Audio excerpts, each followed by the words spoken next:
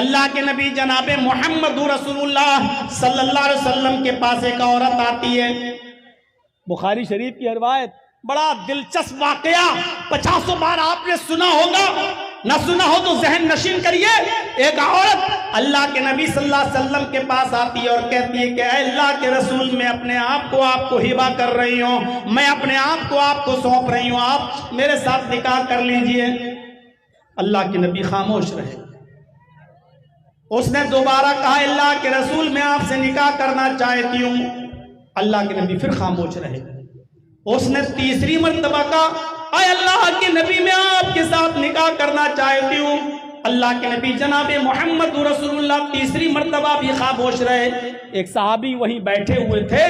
وہ صحابی نے جب دیکھا کہ یہ بار بار کہہ رہی ہے اور اللہ کے نبی خاموش ہیں، تو صحابی بول پڑے کہ اے اللہ کے رسول، یہ عورت بار بار آپ سے نکاح کے لیے کہہ رہی ہے کہ میں شادی کرنا چاہتی ہوں، لیکن آپ خاموش ہیں، آپ بول نہیں رہے ہیں. اگر آپ کو کرنا ہے تو ہاں کہیے، اور نہیں کرنا ہے تو میرے ساتھ کرا دیجئے شادی.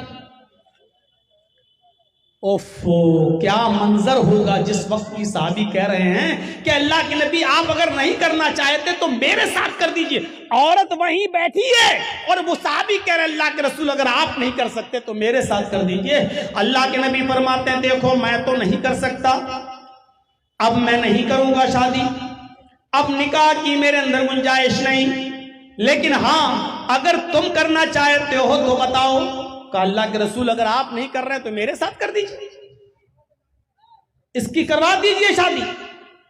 اب آپ نے اس عورت سے پوچھا اے خاتون، میں تو نکاح نہیں کر سکتا، لیکن یہ مرد، یہ صحابی تم سے نکاح کرنا چاہتے ہیں، تم یہیں بیٹھی ہوئی ہو، تم دونوں ایک دوسرے کو ایک نظر دیکھ بھی رہے ہو، لہذا تم اگر اس سے کرنا چاہو تو کر لو، میں تو نہیں کر سکتا. اس عورت کا جواب سنیے.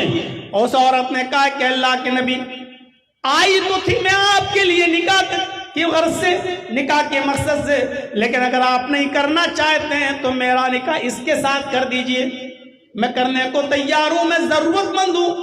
اے اللہ کے رسول، مجھے گھر بسانا ہے، میرے ماں باپ نہیں ہے، اس لیے مجھے کسی کی بیوی بننا ہے، مجھے اپنا گھر بسانا ہے. آپ نہیں کر رہے ہیں تو اس کے ساتھ میرا نکاح کرا دیجئے.